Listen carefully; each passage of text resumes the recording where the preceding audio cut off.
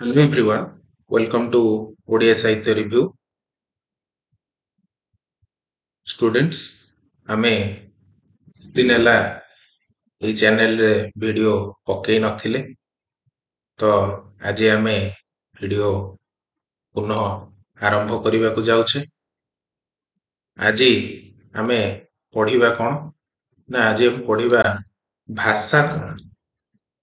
ଭାଷା କାହାକୁ କୁହାଯାଏ? ଏହା ଉଭୟ ଆମର ଯେଉଁ ସବୁ ରହିଛି ପରୀକ୍ଷା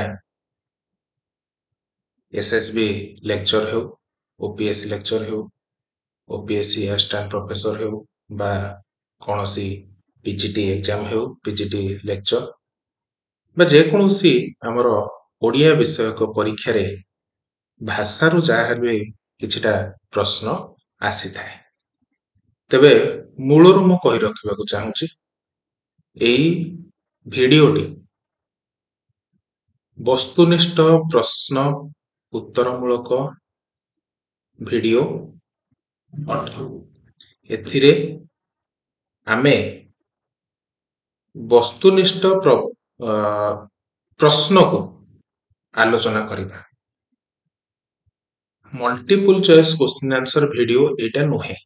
ପରବର୍ତ୍ତୀ ସମୟରେ multiple choice question answer video ଆସିବ, କିନ୍ତୁ ଆଜି ଆମେ ଏହି ଭିଡିଓରେ ବିସ୍ତୃତ ଭାବରେ ଆଲୋଚନା କରିବା ଭାଷା କ'ଣ, ଭାଷାର ସଂଜ୍ଞା, ଭାଷାର ସ୍ୱରୂପ, ତାର ପ୍ରକାର ଭେଦ ସମ୍ପର୍କରେ। ତେବେ ପ୍ରଥମେ ମନକୁ ପ୍ରଶ୍ନ ଆସେ ଯେ ଭାଷା ମନୁଷ୍ୟ କିଛି ଜିନିଷ ଭାବେ କିମ୍ବା କିଛି କଥା ଭାବେ, ଏହି ଯେତେବେଳେ ମନୁଷ୍ୟ ଏହି କଥାକୁ ଭାବେ, ଯେତେବେଳେ ଚିନ୍ତା କରେ, ସେଇ ଚିନ୍ତା ଶକ୍ତିର ଅଧିକାରୀ ହେବା ଫଳରେ ମାନବ ଭାଷାର ସୃଷ୍ଟି କରିପାରିଛି ବା ଆବିଷ୍କାର କରିପାରିଛି। ମନୁଷ୍ୟର ମୁଖ ନିଃସୃତ ସାର୍ଥକ ଧ୍ୱନିମାନଙ୍କର ସମାହାରକୁ ଆମେ କ'ଣ କହିବା ନା ଭାଷା କହିବା। ମନୁଷ୍ୟର ମୁଖ ନିଃସୃତ ସାର୍ଥକ ଧ୍ୱନିମାନଙ୍କର ସମାହାର, ଯାହାକୁ ଆମେ କହିବା କ'ଣ ନା ଭାଷା ଆମେ କହିବା। ଭାଷାକୁ ଆମେ ମଣିଷର ପ୍ରାକୃତିକ ସମ୍ପଦ ମଧ୍ୟ କୁହାଯାଏ। ଭାଷାକୁ ମଣିଷର ପ୍ରାକୃତିକ ସମ୍ପଦ କୁହାଯାଏ। କାହିଁକି ନା ଏହା ଇତର ଜୀବ ଠାରୁ ମଣିଷକୁ ପୃଥକ କରିଛି। ଇତର ଜୀବ କିଏ ନା ମନୁଷ୍ୟ ଭିନ୍ନ ଅନ୍ୟ ଯେକୌଣସି ଜୀବ, ସେ ବାଘ ହେଉ, ବାଲି ହେଉ, ହାତୀ ହେଉ, ଘୋଡ଼ା ହେଉ, ଗାଈ ହେଉ, ଛେଳି ହେଉ, ମେଣ୍ଢା ହେଉ, ଯିଏ ବି ହେଉ, ଯାହାର ଜୀବନ ଅଛି, ସେମାନେ କ'ଣ କଥା କହିପାରୁଛନ୍ତି କି? ସେମାନେ କ'ଣ ଭାଷାକୁ ବ୍ୟକ୍ତ କରିପାରୁଛନ୍ତି କି? ନା। କେବଳ ମନୁଷ୍ୟ ଯେହେତୁ ଚିନ୍ତା ଶକ୍ତିର ଅଧିକାରୀ, ମନୁଷ୍ୟ ଯେହେତୁ ଚିନ୍ତା କରିପାରେ, ତେଣୁ ମନୁଷ୍ୟ ଭାଷାକୁ ବ୍ୟକ୍ତ କରିପାରେ। ସେଥିପାଇଁ ଇଂରାଜୀରେ କୁହାଯାଇଛି man is a tool making animal. ସେ ଯେକୌଣସି ବ୍ୟବହାର କରୁଥିବା ଟୁଲ ବା ଅସ୍ତ୍ର, ତାହା ମଧ୍ୟରେ ଭାଷା ହେଉଛି ଶ୍ରେଷ୍ଠତମ। ଭାଷାକୁ ଏଠାରେ ଅସ୍ତ୍ର ଭାବରେ ବ୍ୟବହାର କରିଛନ୍ତି ଆମର ନଟବର ଶତପଥୀ। ନଟବର ଶତପଥୀଙ୍କର ଏଇ ଯେଉଁ ଉଦ୍ଧାର କଲେ ତାଙ୍କର ପଦଟି ବା ବାକ୍ୟଟି, ଏହା ନଟବର ଶତପଥୀଙ୍କର ଭାଷା ତତ୍ତ୍ୱର ରୂପଚିତ୍ର ପୁସ୍ତକରୁ ମୁଁ ଉଦ୍ଧାର କରିଛି। ନଟବର ଶତପଥୀ କହୁଛନ୍ତି କ'ଣ, man is a tool making animal, Natabar ଶତପଥୀଙ୍କ ଭାଷାରେ।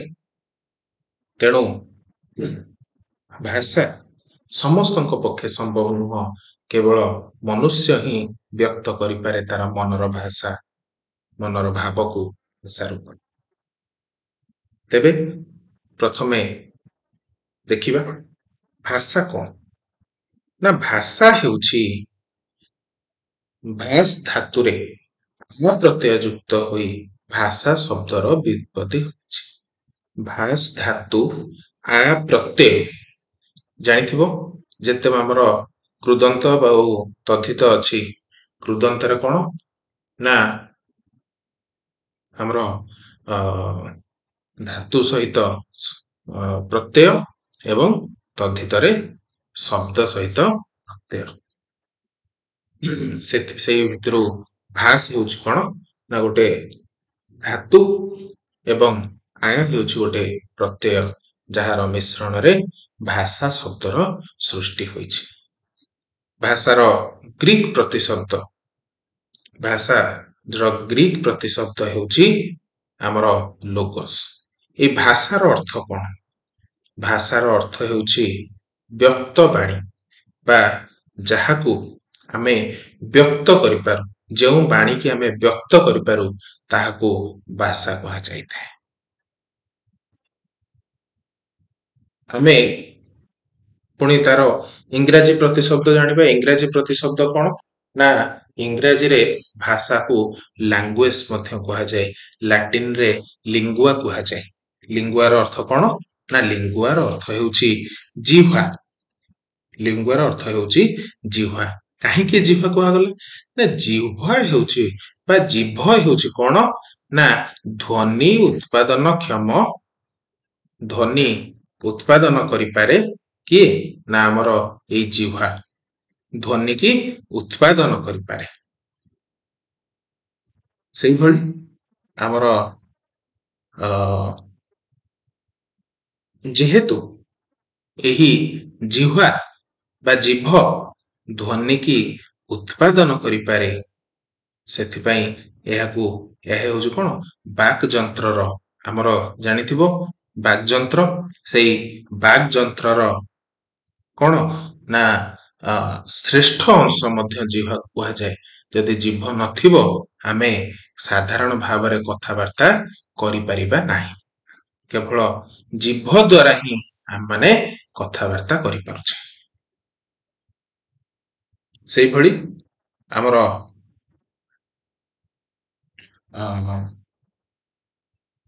ଭାଷାକୁ ସେଥିପାଇଁ କଣ କୁହାଯାଏ ନା ଭାଷା ହେଉଛି ଯେଉଁ ଲୋଗୋସ ଶବ୍ଦଟି ଆମେ ଦେଖିଲେ, ଲୋଗୋସ ଶବ୍ଦ ଗ୍ରୀକରୁ ଯୋଉଟା ଆସିଛି, ଗ୍ରୀକର ସେଇ ତାର ଅର୍ଥ ହେଉଛି କଣ ନା ଜ୍ଞାନ ଏବଂ ଚିନ୍ତା ଶକ୍ତି। ଜ୍ଞାନ ଏବଂ ଚିନ୍ତା ଶକ୍ତି। ଏଠି କାହିଁକି କୁହାହେଲା ନା ଯେହେତୁ ମନୁଷ୍ୟର ଜ୍ଞାନ ଏବଂ ଚିନ୍ତା ଶକ୍ତି ସହିତ ସମ୍ପର୍କିତ, ପ୍ରଥମେ ମନୁଷ୍ୟ ଚିନ୍ତା କରେ, ତାର ଜ୍ଞାନକୁ ସେ ତାପରେ ବିତରଣ କରିଥାଏ। ତେଣୁ କେଉଁ କାଳରୁ ମନୁଷ୍ୟ କେଉଁ କାଳରୁ ଏହି ପ୍ରାଚୀନ ଗ୍ରୀକ ଦାର୍ଶନିକ ମାନେ ଭାଷା ବିଜ୍ଞାନୀ ମାନେ ଉପଲବ୍ଧି କରିପାରିଥିଲେ ଯେ ଏହାର ଅର୍ଥ ଚିନ୍ତାଶୀଳ ଏବଂ ଚିନ୍ତା ଶକ୍ତି ଏବଂ ଆଉ ଗୋଟେ କଣ ନା ଜ୍ଞାନ। ସେଇଭଳି ଭାବରେ ନା ଆମର ତାପରେ ଦେଖିବା କଣ ଏଠି ଗୋଟେ ସାଧାରଣ ଭାବରେ ମୁଁ ଗୋଟେ ଚିତ୍ର ନେଇଛି। ସାଧାରଣ କଥା ମୁଁ ଚିତ୍ର ନେଇଛି। ଏଠି ଦୁଇ ଜଣ ବ୍ୟକ୍ତି ଅଛନ୍ତି। ଦୁଇ ଜଣ ବ୍ୟକ୍ତି ପରସ୍ପରକୁ ହ୍ୟାଣ୍ଡସେକ୍ କରୁଛନ୍ତି।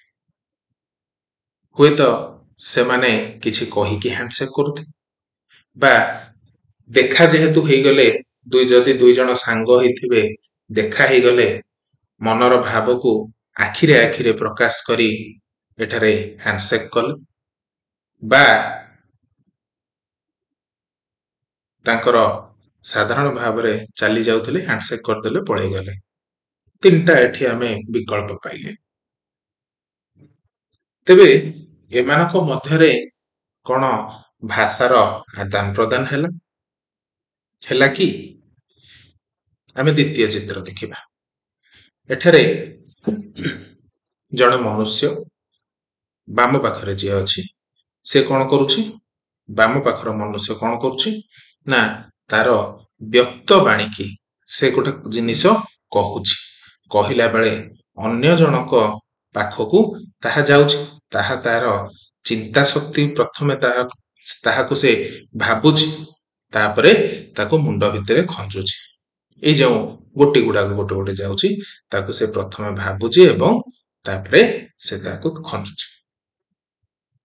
ଏଠି ଆମେ ଦୁଇ ଜଣକୁ ଦେଖିଲେ, ଜଣେ ହେଉଛନ୍ତି କିଏ ବକ୍ତା ଆଉ ଜଣେ ହେଉଛନ୍ତି ଶ୍ରୋତା। ବକ୍ତା ତାର ଭାବକୁ ପ୍ରକାଶ କଲା କୋଉ ଦ୍ୱାରା ନା ବାର୍ତ୍ତା ଦ୍ୱାରା ପ୍ରକାଶ କଲା। ସେଇ ବାର୍ତ୍ତା ପୁଣି ଶ୍ରୋତା ପାଖରେ ପହଞ୍ଚିଲା କେମିତି ନା ଶ୍ରୋତା ତାକୁ ଚିନ୍ତା କଲା, ପ୍ରଥମେ ଚିନ୍ତା କଲା ପରେ ହିଁ ତାହାକୁ ସେ ମନ ଭିତରେ ନେଲା ବା ତାକୁ ଆନାଲିସିସ୍ କରିପାରିଲା, ହେଲା କି? ଏଠି ବି ସେଇଭଳିଆ। ତେଣୁ ଭାଷା ବିନିମୟରେ ମିନିମମ୍ ବା ଅନ୍ୟୁନ ଦୁଇ ଜଣ ରହିବା ଦରକାର, ଜଣେ ହେଉଛନ୍ତି ବକ୍ତା, ଜଣେ ହେଉଛନ୍ତି ଶ୍ରୋତା। ବାର୍ତ୍ତା ବିନିମୟ ଭାଷା ବିନିମୟରେ ଦୁଇ ଜଣ ଥିବେ, ଜଣେ ହେଉଛନ୍ତି ବକ୍ତା, ଜଣେ ହେଉଛନ୍ତି ଶ୍ରୋତା। ତେବେ ବକ୍ତା କଣ କଣ ଦେଖିବା ନା ବକ୍ତା ପ୍ରଥମେ ଧରନ୍ତୁ ଏ ହେଉଛନ୍ତି ବକ୍ତା। ବକ୍ତା ପ୍ରଥମେ କଣ କଲେ ନା ଯେ କୌଣସି ଗୋଟେ କଥାକୁ ସେ ଭାବିଲେ, ହେଲେ ଯେ କୌଣସି ଗୋଟେ କଥା ତାକୁ ବକ୍ତା ମନ ଭିତରେ ଭାବି ସାରିଲା ପରେ ତାକୁ ଆମେ କହୁଛେ କଣ ନା ତାଙ୍କ ମନ ଭିତରେ ଗୋଟେ କନସେପ୍ଟ ସୃଷ୍ଟି ହେଲା। ସେ କନସେପ୍ଟଟାକୁ କଣ କଲେ ବା ସେ ଚେତନାଟାକୁ କଣ କଲେ ନା ସେ ବ୍ୟକ୍ତ କରିବାକୁ ଲାଗିଲେ। କେଉଁଠାରେ ବ୍ୟକ୍ତ କଲେ ନା ନିଶ୍ଚିତ ଭାବରେ କେଉଁ ଗୋଟିଏ ଶ୍ରୋତା ପାଖରେ ବ୍ୟକ୍ତ କଲେ। ବକ୍ତା ଗୋଟିଏ ଶ୍ରୋତା ପାଖରେ ହିଁ ତାଙ୍କର ଚେତନାକୁ ବ୍ୟକ୍ତ କରିବ। ମନକୁ ମନ ତ ଏକୁଟିଆ ବିଳେଇବନି, ଗପିବନି, ସେ ନିଶ୍ଚିତ ଭାବରେ ତାର ଶ୍ରୋତା ପାଖରେ ବ୍ୟକ୍ତ କରିବ। ତେଣୁ ଯେତେବେଳେ ସେ ତାର ଶ୍ରୋତା ପାଖରେ ନିଜର ଭାବନାକୁ ବ୍ୟକ୍ତ କଲେ, ଇଏ ହଉଛି ପ୍ରଥମେ। ଦ୍ୱିତୀୟରେ କଣ ନା ଦ୍ୱିତୀୟରେ ସେ ଚୁଜ୍ କରିବ ତାର ଭାଷା। ପ୍ରଥମେ ଭାବିବ ତାପରେ ଚୁଜ୍ କରିବ କେମିତି ନା ଭାଷାକୁ ଚୟନ କରିବ କେମିତି ନା ପ୍ରଥମେ ସେ ଦେଖିବ ସମାଜ କେମିତି ଅଛି, ଶ୍ରୋତା କେମିତି ଅଛି, ବିଷୟବସ୍ତୁ କଣ, ଏବଂ ଏଇ ସବୁକୁ ବ୍ୟବହାର କରି ବକ୍ତାଟିଏ କଣ କରେ ନା ଅନୁକୂଳ ଭାଷା ନିର୍ବାଚନ କରେ। କାହିଁକି ନା ଜଣେ ବକ୍ତା ପାଖରେ ବା ସାମ୍ନାରେ ଗୋଟିଏ ଓଡିଆ ଲୋକ ବସିଛି, ତେଣୁ ବକ୍ତା ଭାଷାକୁ କଣ ଚୟନ କରିବ, କୋଉ ପ୍ରକାର ଭାଷା ଚୟନ କରିବ ନା ଓଡିଆ ଭାଷା ଚୟନ କରିବ। ଯଦି ବକ୍ତା ସାମ୍ନାରେ ଜଣେ ହିନ୍ଦୀ ବ୍ୟକ୍ତି ବସିଛି, ହିନ୍ଦୀ ଲୋକ ବସିଛି ବା ହିନ୍ଦୀ ବୁଝୁଥିବା ଜଣେ ଲୋକ ବସିଛି, ତେଣୁ ବକ୍ତା ଚୟନ କରିବ କଣ ନା ହିନ୍ଦୀ ଭାଷାକୁ ଚୟନ କରିବ। ବକ୍ତା ସାମ୍ନାରେ ଧର ଗୋଟେ ଫରେନ ଲାଙ୍ଗୁଏଜର ବା ଫରେନ ଲୋକ ଜଣେ ବସିଛି, ତେଣୁ ବକ୍ତା କଣ ଚୟନ କରିବ, ଇଂରାଜୀ ଚୟନ କରିବ। ସେଇଭଳି ଭାବରେ ଅନ୍ୟାନ୍ୟ ଯେଉଁ ରିଜନାଲ ଲାଙ୍ଗୁଏଜ ରହିଛି ବା ଯେଉଁ ରହିଛି ଆମର କଣ ଆଞ୍ଚଳିକ ଭାଷା ରହିଛି, ଯେଉଁ ଆଞ୍ଚଳିକ ଭାଷାର ଧର ଲୋକ ଜଣେ ବସିଛି, ସେ ନିଶ୍ଚିତ ଭାବରେ ଆଞ୍ଚଳିକ ଭାଷା ଚୟନ କରିବ, ଏଥିରେ ଦ୍ୱିମତ ହବାର ନାହିଁ। ତେଣୁ ବକ୍ତା ସବୁକୁ ଅନୁଧ୍ୟାନ କରି, ଶ୍ରୋତାକୁ ଅନୁଧ୍ୟାନ କରି, ବିଷୟବସ୍ତୁକୁ ଅନୁଧ୍ୟାନ କରି, ସମାଜକୁ ଅନୁଧ୍ୟାନ କରି ସେ ତାର ଉପଯୁକ୍ତ ଭାଷାକୁ ନିର୍ବାଚନ କରିବ। ତାପରେ ପୁଣି କଣ ଆସିଲା ନା ତାପରେ ଆସିବ ପୁଣି ଶବ୍ଦ ଚୟନ।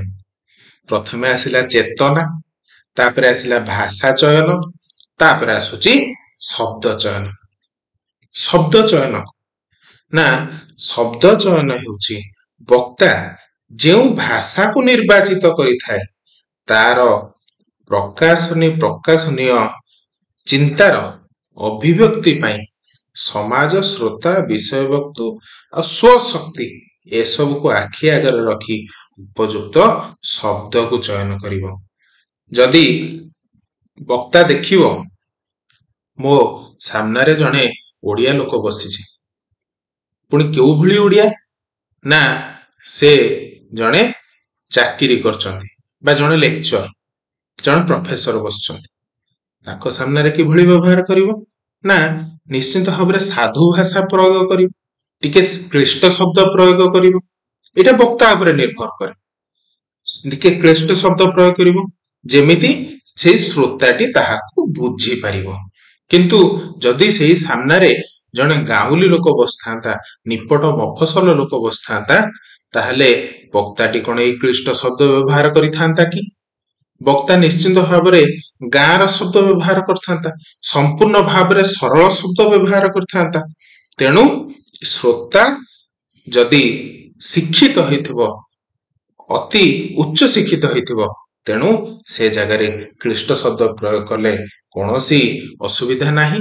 ଯଦି ଶ୍ରୋତା ଅଶିକ୍ଷିତ ଗ୍ରାମୀଣ ଲୋକ ହେଇଥିବ, ତେବେ ସେ ଜାଗାରେ ନିଶ୍ଚିନ୍ତ ଭାବରେ ସରଳ ଗାଉଁଲି ଶବ୍ଦକୁ ପ୍ରୟୋଗ କରାଯିବ।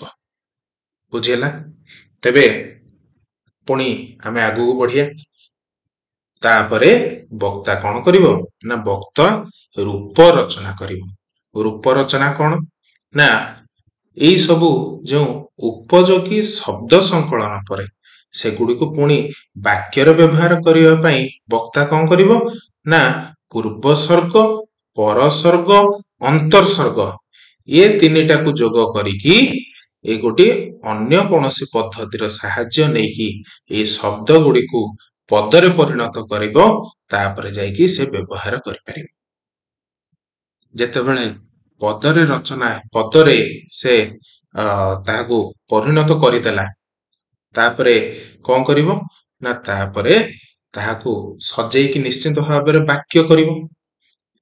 ଠିକ, ତେବେ ସେ ତାପରେ ଗୋଟିଏ ବାକ୍ୟ ତିଆରି କରିବା ଶିଖିଛ।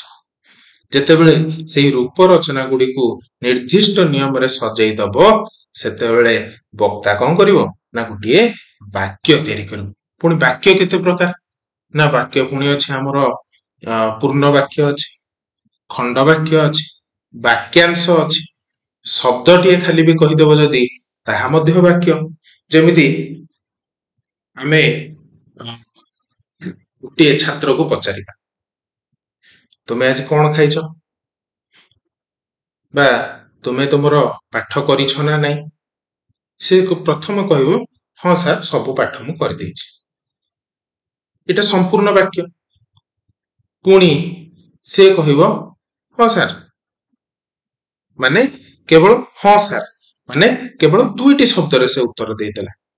ପୁଣି ଯଦି ଆମେ ତାକୁ ପଚାରିବା ଆଉ ଗୋଟିଏ କୌଣସି ବ୍ୟକ୍ତି କି ବା ବାଳକକୁ, ତାକୁ ଆମେ ପଚାରିବା ତୁମେ ତମର ପାଠ କରିଦେଇଛ, ସେ କହିବ କେବଳ ଆଜ୍ଞା। ତେବେ ଏଠି ଗୋଟିଏ ଶବ୍ଦରେ ମଧ୍ୟ ତାର ଭାବନାକୁ ବ୍ୟକ୍ତ କରିପାରିଲା। ତେବେ ତାପରେ ଆମେ ଦେଖିବା ମାଧ୍ୟମ ଚୟନ। ମାଧ୍ୟମ ଚୟନ କେମିତି ଆସିବ ନା ବକ୍ତା ତା ଦ୍ୱାରା ଯେଉଁ ବାକ୍ୟ ଗଠିତ ହେଲା, ସେ ବାକ୍ୟକୁ ବା ଯେଉଁ ବାକ୍ୟ ପର୍ଯ୍ୟାୟ ଶବ୍ଦ ବା ଶବ୍ଦ ସମୂହକୁ ସେ ତାର ଶ୍ରୋତା ପାଖରେ ପହଞ୍ଚେଇ ଦେବା ପାଇଁ ଆବଶ୍ୟକ କରେ ଗୋଟିଏ ମାଧ୍ୟମ। ଏହି ମାଧ୍ୟମ କଣ ହେଇପାରେ ନା କୌଣସି ଫୋନ ହେଇପାରେ, ବା କୌଣସି ଟେଲିଗ୍ରାଫ ହେଇପାରେ, ବେତାର ହେଇପାରେ, ଯେକୌଣସି ମାଧ୍ୟମରେ ମଧ୍ୟ ସେ ବାକ୍ୟଟି ପହଞ୍ଚେଇ ଦେଇପାରିବ, ବା ସାମ୍ନା ସାମ୍ନି ମଧ୍ୟ ତାହା ଦ୍ୱାରା ସାମ୍ନା ସାମ୍ନି ମଧ୍ୟ ପହଞ୍ଚି ଯାଇପାରିବ। ଏବଂ ତାପରେ ଆମେ ଦେଖିବା କଣ ନା ଧ୍ୱନି ଉଚ୍ଚାରଣ।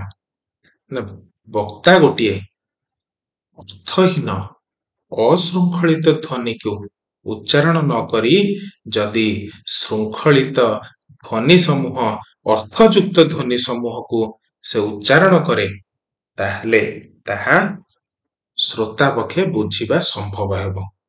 ଯେତେବେଳେ ଶ୍ରୋତା ତାହାକୁ ବୁଝିଯିବ, ସେତେବେଳେ ଯାଇକି ତାହା ଗୋଟିଏ ସମ୍ପୂର୍ଣ୍ଣ ବାକ୍ୟରେ ପରିଣତ ହେବ।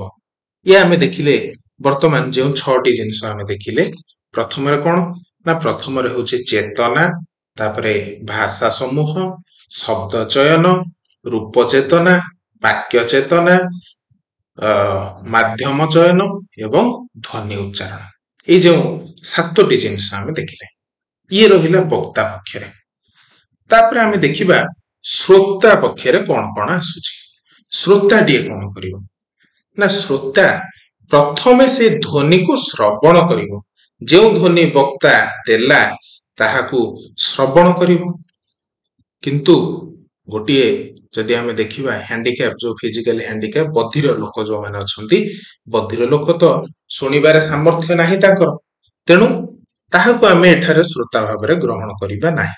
କିନ୍ତୁ ଯେଉଁମାନଙ୍କର ଶୁଣିବାର କ୍ଷମତା ଅଛି, ସେଇ ବକ୍ତା ଦ୍ୱାରା ଉଚ୍ଚାରିତ ପୂର୍ବରୁ ଯେଉଁ କହିଲି ଅର୍ଥଯୁକ୍ତ ଧ୍ୱନି ସମୂହକୁ ଶ୍ରବଣ କରିବା ଲାଗି ଯେତେବେଳେ ଶ୍ରୋତାର ସାମର୍ଥ୍ୟ, ସଚେତନତା, ଅଭିଳାଷ ଆବଶ୍ୟକତା ତାହା ଥାଏ, ତାହାକୁ ଯେତେବେଳେ ସେ ପ୍ରୟୋଗ କରିବ, ପ୍ରଥମେ ସେ ଧ୍ୱନି ଶ୍ରବଣରେ ତାହାକୁ ପ୍ରୟୋଗ କରିବ। ତାପରେ ତା ମୁଣ୍ଡ ଭିତରେ ବାକ୍ୟ ଗ୍ରହଣ କରିବ। ଯେଉଁ ବାକ୍ୟଟି ବକ୍ତା ପ୍ରୟୋଗ କଲା, ସେଇ ବାକ୍ୟକୁ ସେ ଗ୍ରହଣ କରିବ। ବକ୍ତା ଦ୍ୱାରା ଉଚ୍ଚାରିତ ବାକ୍ୟ ସମୂହକୁ ଶ୍ରୋତା କ୍ରମାନ୍ୱୟରେ ନିରବଚ୍ଛିନ୍ନ ଭାବରେ ଶୁଣିବା ଆବଶ୍ୟକ। ନହେଲେ ତାହାର ଯେଉଁ ଉଦ୍ଦିଷ୍ଟ ଭାବ ତାହା ଅପୂର୍ଣ୍ଣ ରହିଯିବ। ନିରବଚ୍ଛିନ୍ନ ଭାବରେ ବାକ୍ୟକୁ ଗ୍ରହଣ କରିବା ଆବଶ୍ୟକ। ଶୁଣିଲେ ହିଁ ତ ବାକ୍ୟକୁ ଗ୍ରହଣ କରିବ ନା। ଯଦି ନିର୍ଦ୍ଦିଷ୍ଟ ଭାବରେ ନ ଶୁଣିବ ବା ଅଧା ଶୁଣିବ, ତେବେ ସେଠି ବାକ୍ୟ ସମ୍ପୂର୍ଣ୍ଣ ଭାବରେ ଶ୍ରୋତା ପାଖରେ ପହଞ୍ଚି ପାରିଲା ନାହିଁ। ପହଞ୍ଚିବ କେତେବେଳେ? ନା ଯେତେବେଳେ ବକ୍ତାର ସମ୍ପୂର୍ଣ୍ଣ ବାକ୍ୟକୁ ଶ୍ରୋତା ସମ୍ପୂର୍ଣ୍ଣ ଭାବରେ ଶ୍ରବଣ କରିବ। ତାପରେ ଆସୁଛି କଣ? ନା ବାକ୍ୟ ତଥା ରୂପ ବିଶ୍ଳେଷଣ।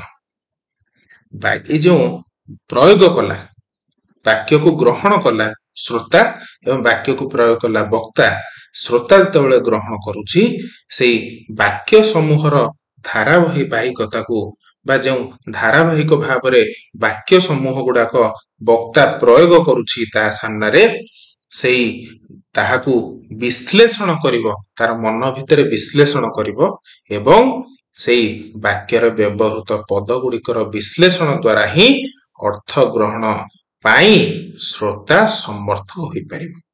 ପ୍ରଥମେ ବିଶ୍ଳେଷଣ କରିବ ଏବଂ ତାପରେ ଦେଖିବା କଣ? ତାପରେ ହଉଛି ଅର୍ଥ ଗ୍ରହଣ। ବାକ୍ୟ ତଥା ରୂପ ବିଶ୍ଳେଷଣ ଦ୍ୱାରା ଶ୍ରୋତାର ମନରେ, ଚେତନାରେ ବା ପ୍ରତ୍ୟୟରେ ଯେଉଁ ସୃଷ୍ଟି ହୁଏ, ଫଳରେ ଶ୍ରୋତା ଅର୍ଥ ଉପଲବ୍ଧି ପାଇଁ ସମର୍ଥ ହୁଏ।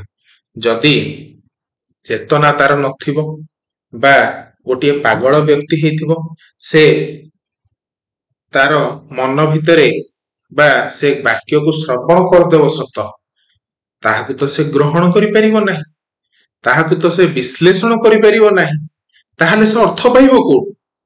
ତେଣୁ ପ୍ରଥମେ ହେଉଛି ଧ୍ୱନି ଶ୍ରବଣ। ଶ୍ରୋତା ପକ୍ଷରେ ପ୍ରଥମେ ହେଉଛି ଧ୍ୱନି ଶ୍ରବଣ, ଦ୍ୱିତୀୟରେ ବାକ୍ୟ ଗ୍ରହଣ, ତୃତୀୟରେ ବାକ୍ୟ ତଥା ରୂପକୁ ବିଶ୍ଳେଷଣ ଏବଂ ଚତୁର୍ଥରେ ହେଉଛି ଗ୍ରହଣ। ଏଗୁଡାକୁ ସବୁ ଜାଣିବାକୁ ପଡିବ। ଗ୍ରହଣ ଇଏ ରହିଲା ଆମର କଣ? ନା ବକ୍ତା ଆଉ ଶ୍ରୋତା। ବକ୍ତା କଣ କଣ କରିପାରେ, ଶ୍ରୋତା କଣ କଣ କରିପାରେ। ବୁଝିଗଲା? ତେବେ ତାପରେ ଆଗକୁ ଯିବା।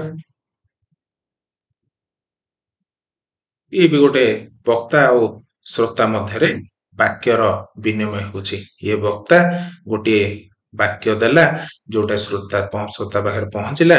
ଶ୍ରୋତା ତାକୁ କଣ କଲା? ନା ଚାରିଟା ଷ୍ଟେପରେ ଧ୍ୱନିକୁ ଶ୍ରବଣ କଲା, ବାକ୍ୟକୁ ଗ୍ରହଣ କଲା, ବାକ୍ୟର ରୂପକୁ ବିଶ୍ଳେଷଣ କଲା ତା ମନ ଭିତରେ ଏବଂ ସେ ଅର୍ଥକୁ ଗ୍ରହଣ କଲା। ତାପରେ ଇଏ ପୁଣି କଣ କଲା? ନା ପ୍ରତି ଜବାବ ଦବ। ପ୍ରତି ଜବାବ ଯେତେବେଳେ ଦେଲା, ସେତେବେଳେ ଇଏ ହେଇଗଲା ବକ୍ତା, ଝିଅଟି ହେଇଗଲା ଶ୍ରୋତା। ସେତେବେଳେ ଏଇ ଝିଅଟି କଣ କଲା? ନା ସେଇ ପ୍ରୋସେସ, ଧ୍ୱନିକୁ ଶ୍ରବଣ କରିବ, ବାକ୍ୟକୁ ଗ୍ରହଣ କରିବ, ତା ସହିତ ରୂପ ବିଶ୍ଳେଷଣ କରିବ ଆଉ ଅର୍ଥକୁ ଗ୍ରହଣ କରିସାରିଲା ପରେ ସେ ତାକୁ ଜାଣିପାରିବ। ତାପରେ ଆମେ ଏବେ ବୁଝିବା କାହିଁକି ଭାବନାର ଯେକୌଣସି ଅଭିବ୍ୟକ୍ତିକୁ ଭାଷା କୁହାଯିବ ନାହିଁ। କାହିଁକି ଭାବନାର ଯେକୌଣସି ଅଭିବ୍ୟକ୍ତିକୁ ଭାଷା କୁହାଯିବ ନାହିଁ? ସବୁ ଭାଷା ପଦବାଚ୍ୟ ହୋଇପାରିବ ନାହିଁ। ସବୁ ବାକ୍ୟ ବା ସବୁ ଯେକୌଣସି ଅଭିବ୍ୟକ୍ତି ତାହା ଭାଷା ପଦବାଚ୍ୟ ହୋଇପାରିବ ନାହିଁ। କାହିଁକି ଆମେ ବୁଝିବା। ଚାରିଟା ଜିନିଷକୁ ବୁଝିଲେ ସମ୍ପୂର୍ଣ୍ଣ ଭାବରେ ବୁଝିପାରିବା। ଚାରିଟା ଜିନିଷ କଣ? ନା ଗୋଟିଏ ହେଉଛି ଶ୍ରବଣେନ୍ଦ୍ରିୟ ଗ୍ରାହ୍ୟ। ତା ଅର୍ଥ କଣ? ନା प्रत्यक्ष दृष्टि रे देखिले बा प्रत्यक्ष दृष्टि रे थिले हस्तावय द्वारा स शब्द ठारो सृष्टि करी परोक्ष दृष्टि रे थिले ताली बजाई अनेकांशरे मनर भाव को प्रकाश करी जाई पारे। जदि प्रत्यक्ष दृष्टि रे आम सामने रे कोनोसी लोकटिए बसिछि आमे ताकू हाथ ठारी डाकी परिबा बा आखि ठार देकी देई परिबा। आखि ठार परे आमे देखिबा दर्शन इंद्रिय द्वारा। श्रवण इंद्रिय कोन होई पारे ना प्रथमे आमे ताकू हस्ता अवयव द्वारा बा ताली बजेकी डाकी परिबा बा हमर हाथ ठारी की मध्य ताकू डाकी परिबा। तेबे एटा कोन भाषा ही गला किंतु मनर भाव एठी प्रकाश पाइला। जणे ताकू डाकिया को चाहूची ताली बजेई हो बा ठार देई हो जेमिति भाव से डाकिला आउ जणे तार भाव को बुझी परिला। तेणु एठी भाव प्रकाश हे परिला किंतु एठारे भाषा को प्रयोग होई परिला कि ना। आउ गोटे देखिबा दर्शन इंद्रिय द्वारा कि भଳି होउछ। आखि ठार देई आमे कथावार्ता करि परिबा ना नाही।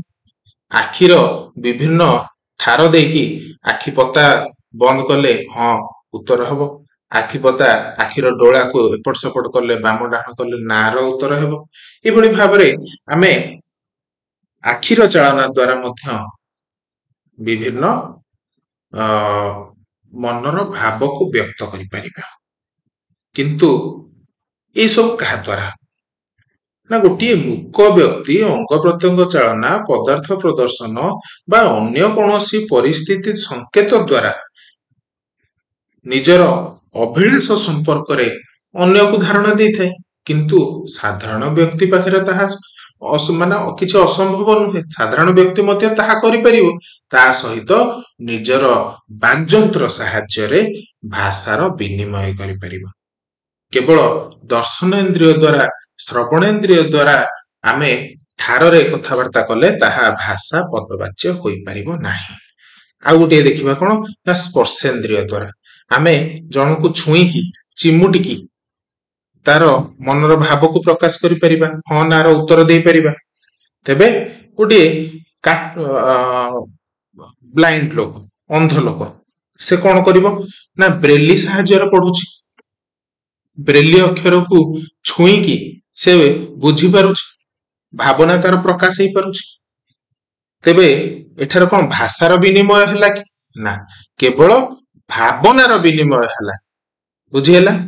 तेबे तापर पुणी हम कौन देखिबा ना बुद्धिग्राह्य जणे बुद्धिग्राह्य बा बुद्धिमान व्यक्ति बा मनस्तत्वविद ए व्यक्तिर मनीषर तार जो अछि मुख बा मुह चक्षु ए सबुर अवस्था आउ रंग देखि मध्य मनोभाव प्रकाश हे परिबो। जणे जो मनस्तत्वविद रहिछंती से किभଳି भाबरे जनकर मुह को देखि मध्य भाव जानि परिबे। किंतु सेठारे मध्य भावर आदान प्रदान होला सत किंतु भाषार आदान प्रदान होई पारला नाही। सेठारे कोन से अभिव्यक्ति को कोन आमे भाषा कहिबा कि ना ताकू मध्य आमे भाषा कहि परिबा नाही। बुझियला आगु बुझबा जो भाषा बा भावनार जे कोनसी अभिव्यक्ति को भाषा कहिबानी बोली आमे प्रमाणित करिले। तबे वाक्यंत्र आमे जानिथि वाक्यंत्र रो भिन्न भिन्न प्रकारर भिन्न भिन्न ध्वनि उत्पन्न होइथाय। वाक्यंत्र रो विभिन्न स्थान जेमिति आमे कंठ्य वर्ण कंठरु कंठ कंठ्य तालुरु तालव्य मूर्धारु मूर्धन्य पश्चारु पश्च दंतरु दंत्य ओष्ठरु ओष्ठ ओष्ठ्य काकल्यरु काकल्य अलिजिह्वारु अलिजिह्वे नासिक्यरु नासिक्य आउ दंत आउ ओष्ठरु मिसिकी जोडा ध्वनि सृष्टि हैला दंतस्थ ध्वनि मध्ये ताको आमे कहिबा बुझियला।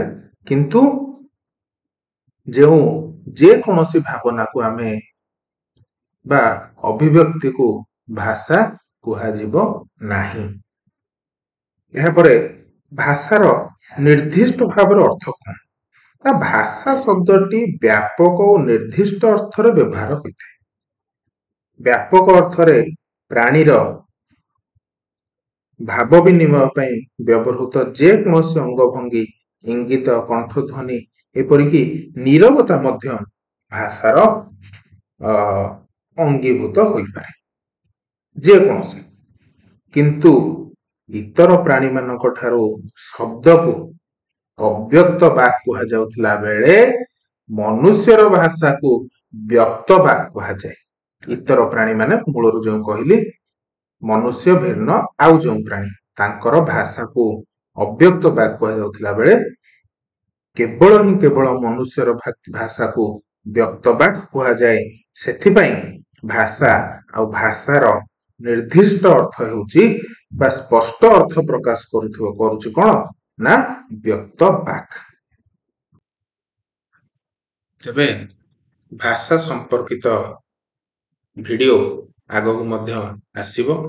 ଆଜି ଏହି ପର୍ଯ୍ୟନ୍ତ ପଢ଼ିଥିବା, ପୁଣି ଆଗାମୀ ଭିଡ଼ିଓରେ ଆମେ ଭାଷାର ସଂଜ୍ଞା ତାପରେ ଆଲୋଚନା କରିବା ଭାଷାବିତ୍ ମାନଙ୍କ ମଧ୍ୟରେ ଯେଉଁ ଭାରତୀୟ ଭାଷାବିତ୍ ରହିଛନ୍ତି ତାଙ୍କ ମତରେ ଭାଷାର ସଂଜ୍ଞା କଣ, ଭାଷା କାହାର, ଭାଷାର ସ୍ୱରୂପ କଣ ଏବଂ ଭାଷାର ପ୍ରକାର ଭେଦ, ଭାଷା କିପରି ଭାବରେ ଶ୍ରୋତା ପାଖରେ ପହଞ୍ଚେ, ଭାଷାର ପ୍ରକୃତି ପ୍ରବୃତ୍ତି ଲକ୍ଷଣ, ଭାଷାର ବିଭିନ୍ନ ରୂପ, ଭାଷାର ପ୍ରକାର ଭେଦ, ଭାଷା ଉତ୍ପତ୍ତି ସିଦ୍ଧାନ୍ତ ଏ ସମ୍ପର୍କରେ ଆମେ ପରବର୍ତ୍ତୀ ସବୁ ଭିଡ଼ିଓ ମାନଙ୍କରେ ବିସ୍ତୃତ ଭାବରେ ଆଲୋଚନା କରିବା।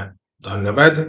ଭିଡ଼ିଓଟି ଭଲ ଲାଗିଥିଲେ ସେୟାର କରିବେ, ଚ୍ୟାନେଲକୁ ସବସ୍କ୍ରାଇବ କରିବେ ଏବଂ ଗୋଟିଏ ଯଦି ଭଲ ଲାଗିଥିବ ତେବେ ଲାଇକ୍ ମଧ୍ୟ କରିବାକୁ ଭୁଲିବେ ନାହିଁ। ଧନ୍ୟବାଦ। ଜୟ ଜଗନ୍ନାଥ।